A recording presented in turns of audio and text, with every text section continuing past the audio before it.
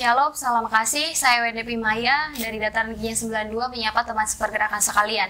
Di sini kita akan diskusi penelaahan Alkitab mengenai perdamaian di tengah isu rasisme dari 1 Korintus 13 ayat 1 sampai 8. Saya nggak sendirian, saya ditemani oleh narasumber saya, yaitu Pak Pendeta Rio, yang sekarang juga bisa dibilang freelance ya Pak. Freelance, juga pendeta di salah satu gereja di Lampung ini. Nah, masuk kepada rasisme gitu. Kalau kita dengar rasisme itu kan selalu ada di setiap masa gitu, ditandai dengan preferensi terhadap antar kelompok atau orang yang dinilai dari ukuran penilaian perbedaan sara, suku, ras, antar golongan. Nah, kalau kita lihat dari isu-isu yang udah terjadi sebelumnya, kita bisa katakan yang baru-baru ini, di mana ada kematian George Floyd gitu pada 25 Mei 2020. Ada juga kalau kita flashback lagi lebih mundur sedikit, ada di mana ada kasus rasisme terhadap mahasiswa Papua yang terjadi di Surabaya.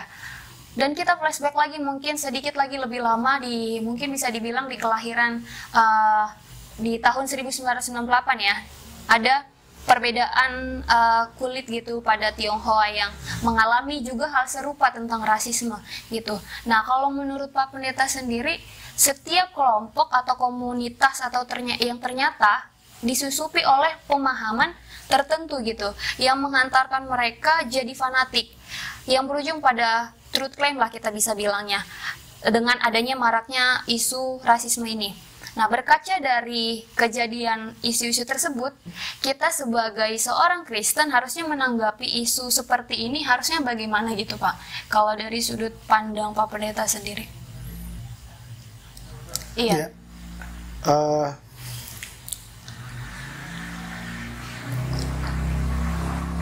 Kalau kita mengacu pada teks Alkitab, saya memulainya dari kisah penciptaan manusia, maka di sana dikatakan bahwa manusia diciptakan segambar dan serupa dengan Allah. Istilah kerennya yang biasa kita dengar, Imago Dei, ya. Saya kira ajaran yang sederhana ini menolong kita untuk mengingatkan kita bahwa setiap kita manusia berharga di mata Allah, ya. Karena kita berharga di mata Allah, kita harus mampu untuk berlaku baik terhadap sesama kita. Itu dalam tataran teorinya, ya. Kita punya ajaran tentang Imago Dei, kita serupa dan segambar dengan Allah. Karena itu sebagai manusia sepatutnya lah kita memperlakukan orang lain pun dengan cara-cara yang baik. Itu teorinya. Tetapi yang namanya manusia, dia hidup dalam ruang dan waktu. Di sana ada konteks sosial, ada konteks politik, konteks budaya, ekonomi, macam-macam yang mempengaruhi manusia. Ya, yang mempengaruhi manusia, dan faktor-faktor inilah yang membentuk jati diri seorang manusia. Jika dalam proses pembentukan ini ada yang keliru, ada yang tidak tepat, maka dapat dipastikan cara berlakunya dia pun akan tidak tepat terhadap sesamanya, ya. Dan sejarah menyajikan kita hal yang demikian, bahwa kalau kita ke belakang sedikit, ya, kita flashback sedikit menelisik tentang sejarah sosial bagaimana manusia ini selalu ada hierarki, ada pembedaan dalam masyarakat. Ya, dan pembedaan ini pun secara otomatis melahirkan cara laku yang berbeda terhadap kelompok manusia yang ada di dalam masyarakat. Misalnya dalam hal warna kulit, ya, dalam hal warna kulit. Nah, sebagai contoh, ya, bahwa misalnya ketika orang-orang Eropa ketika pergi ke Afrika dan melihat bahwa oh ternyata ada manusia yang berkulit berbeda. Ini ada anggapan yang sangat negatif terhadap mereka misalnya ya, kira-kira begitu. Jadi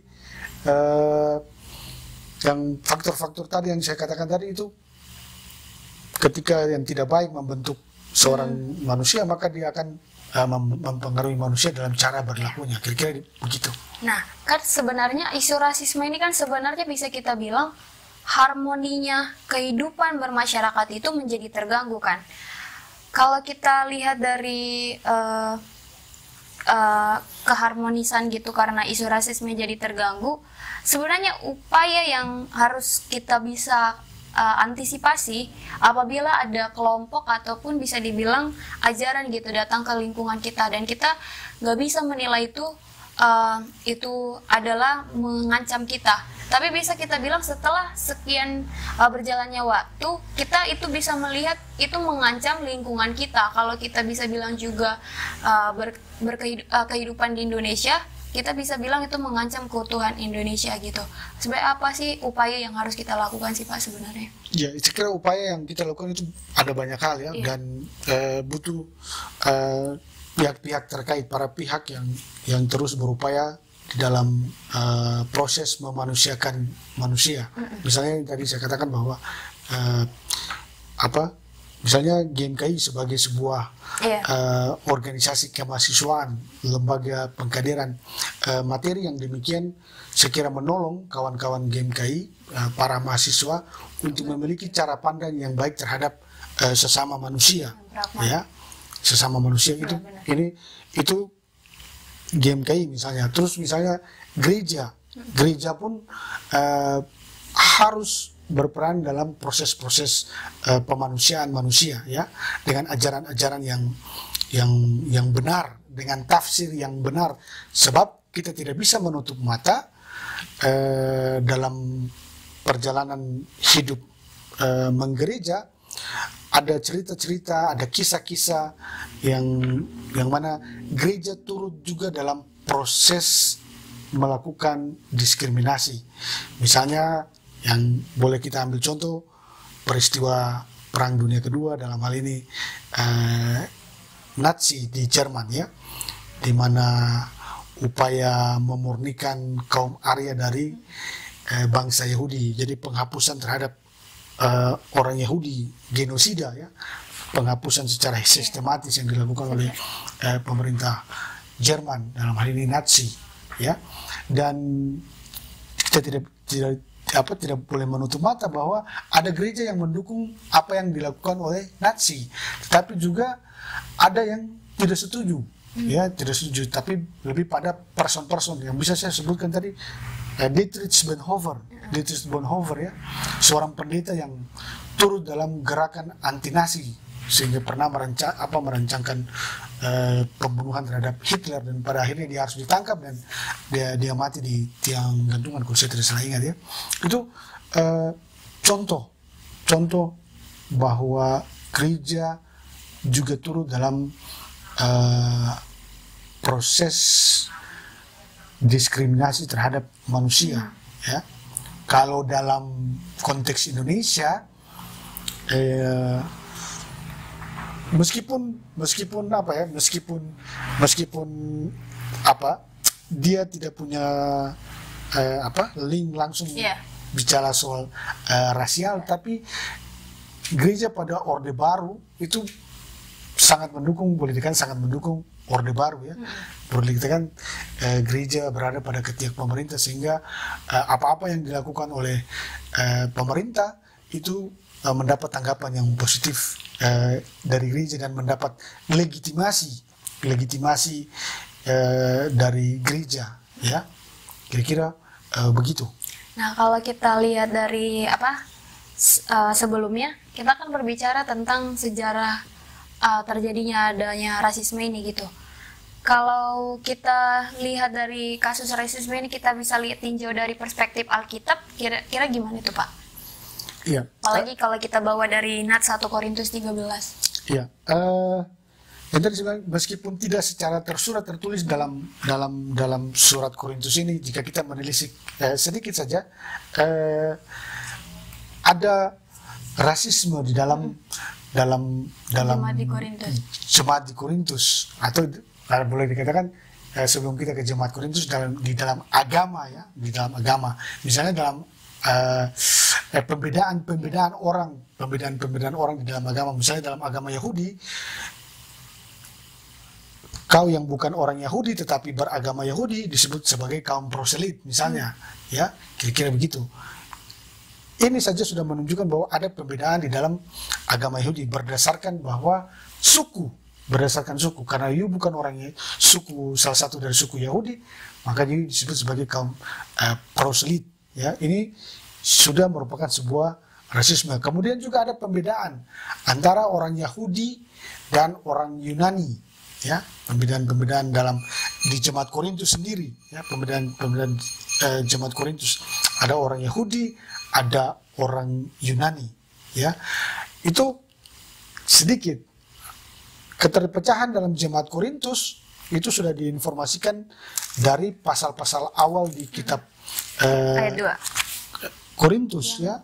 Misalnya di pasal 1, ya, perpecahan dalam jemaat, pasal 1 ayat 10 sampai 17, ya, di mana Paulus mendapat informasi dari keluarga Chloe ada perselisihan di antara jemaat Korintus, ya. Dan itu lebih jauh dijelaskan bahwa ada orang yang menganggap diri lebih hebat karena dia berada dari golongan Paulus, golongan Apolos, golongan Kefas, golongan Kristus, ya. Jadi ada pembedaan-pembedaan di dalam jemaat Kristen di Korintus, ya. Nah, yang menarik dari Korintus ini kan kita bisa lihat tuh, di situ ada berbicara tentang disinggung sedikit rasisme dan kasih. Kalau kita lihat dari 1 Korintus, dikatakan Paulus menegaskan bahwa bahasa roh itu tidak boleh sembarang digunakan. Maksud dari tafsiran bahasa roh ini sebenarnya seperti apa sih, Pak? Ya, sebelum saya menjawab pertanyaan itu, yang tadi saya sampaikan di awal itu merupakan konteks besar dari permasalahan jemaat Korintus, di mana ada benih-benih perpecahan, ya, sudah ditampakkan dalam jemaat Korintus. Tetapi kalau kita bicara soal konteks daripada teks kita, yaitu teks 1 Korintus pasal 13, di mana kalau kita perhatikan di 1 Korintus pasal 12 dan 14, itu banyak sekali anggota jemaat yang berbahasa roh, ya, sangat nomor satukan karunia berbahasa roh. Karena itu kalau kita perhatikan di pasal 14 ayat 23, secara khusus di situ Paulus mengkritik jemaat. Dikatakan, dia bilang begini, jadi kalau seluruh jemaat berkumpul bersama-sama dan tiap orang berkata-kata dengan bahasa roh, lalu masuklah orang-orang luar atau orang-orang yang tidak beriman, tidakkah akan mereka katakan bahwa kamu gila? Ya, jadi pernyataan Paulus ini, yang pertama saya ingin tegaskan bahwa Paulus tidak bermaksud untuk merendahkan karunia berbahasa roh, ya, tetapi kalau berbicara persekutuan itu harus dibangun, ya, persekutuan harus dibangun. Bagaimana kalau karunia tetapi dia tidak membangun persekutuan, seperti karunia berbahasa roh yang tadi Paulus singgung dalam pasal 14 ayat 23. Makanya dia bilang kalau ada orang yang punya karunia berbahasa roh dalam sebuah persekutuan jemaat, alangkah baiknya kalau ada orang yang menafsirkan bahasa roh itu, sehingga apa yang disampaikan oleh orang yang berbahasa roh itu dimengerti oleh orang-orang yang hadir dalam persekutuan itu. Ya, jadi lagi-lagi karunia harus dipakai untuk membangun persekutuan jemaat, dan kita tidak bisa menutup mata bahwa terkadang, minta maaf, bahasa roh ini bisa dimanipulasi, ya, bahasa roh bisa dimanipulasi. Bahkan kalau sekarang ini, kalau saya tidak salah ingat, ada sampai yang membuka kursus berbahasa roh. Ini kan gila, karunia tapi dibikin kursus gitu, itu kan aneh gitu kan. Berarti kalau begitu bahasa roh ini nggak bisa asal ditafsirkan sendiri? bukan asal ditafsirkan sendiri, tapi bahasa roh bisa digunakan di dalam persekutuan jemaat jikalau ada orang yang menafsirkan bahasa roh itu, sehingga apa yang disampaikan ketika dalam peribadahan misalnya atau dalam persekutuan itu dimengerti. Karena kalau dia hanya dipakai begitu saja, digunakan pada saat persekutuan atau dalam ibadah dan tidak ada yang mengerti apa yang dia katakan, itu kan berarti dia hanya membangun dirinya sendiri, ya. Dia hanya membangun intimitasnya dia dengan Tuhan, ya.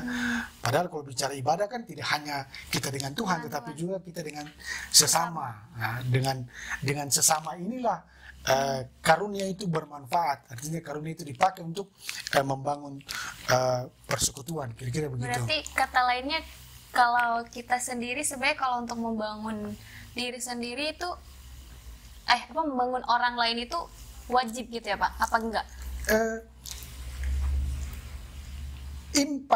Impact atau dampak daripada karunia yang kau miliki, yang kita miliki misalnya, yaitu harus berguna pada orang lain. Harus berguna pada orang lain, yaitu tadi membangun persekutuan. Membangun persekutuan, di dalamnya kan ada orang, ada manusia.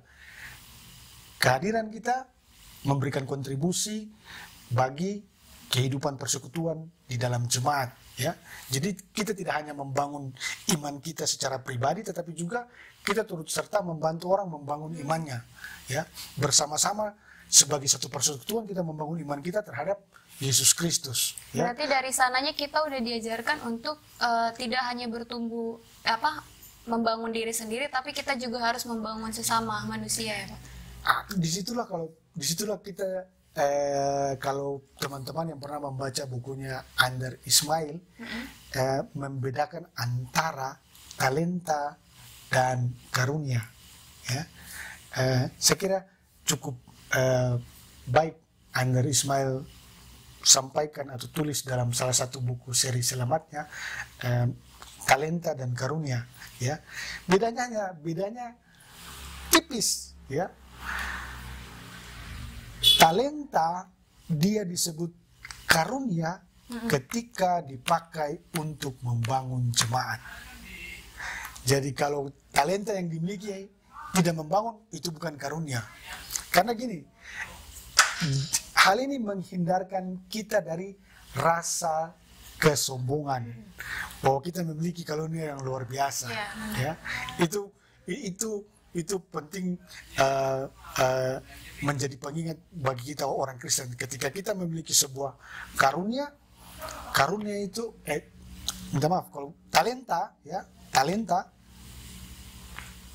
itu dipakai untuk membangun persekutuan, membangun orang lain, itu baru dia disebut karunia. Karena dari situ kita diingatkan bahwa talenta yang dimiliki adalah sebuah karunia, sebuah pemberian, sebuah anugerah. Ya, jadi kesadaran itu menolong kita untuk tidak sombong. Ya, tidak memiliki rasa sombong, karena lagi-lagi kita ingat, ini adalah anugerah yang harus dipakai untuk membangun persekutuan, kira-kira begitu. Nah, kalau kita bicara tentang persekutuan kan di dalam antar agama Kristen sendiri, apakah ada sebenarnya yang memperkuat perbedaan antara satu denominasi